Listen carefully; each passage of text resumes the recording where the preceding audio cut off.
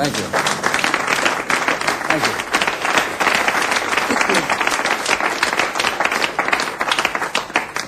Thank you. That was a short but sweet version of Frankie and Johnny, which was a little different due to the fact that I had the pianist play the bass part and I played the melody part. Traditionally, this instrument, the string bass, has been known as the bottom.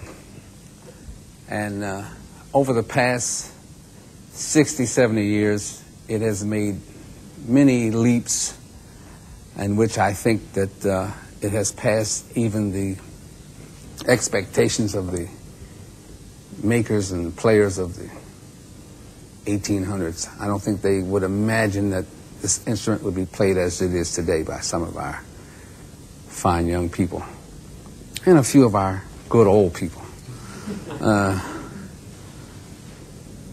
The first thing I'd like to go back is to refresh for some of you young people and maybe to remind some of the old people of how this thing used to be played. Now, I didn't know anything about this. They just told me about it.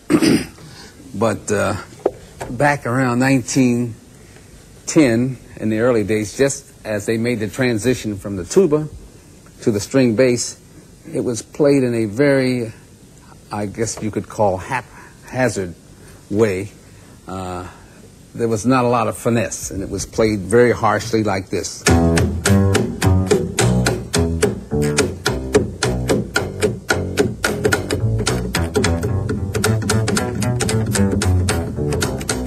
Now, that particular slap version and method was refined to some extent.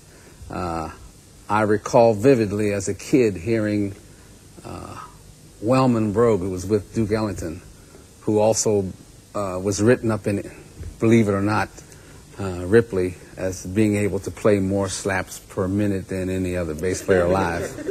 But he refined it to the point where he could play, and I learned to do this because when I was first playing the bass, this was the thing to do, was to play the melody like, let's say, T for 2.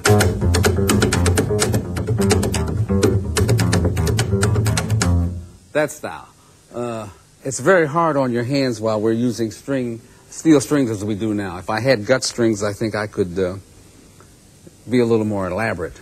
But it has come a long way in that into the 40s and early 50s, the bass was played this way.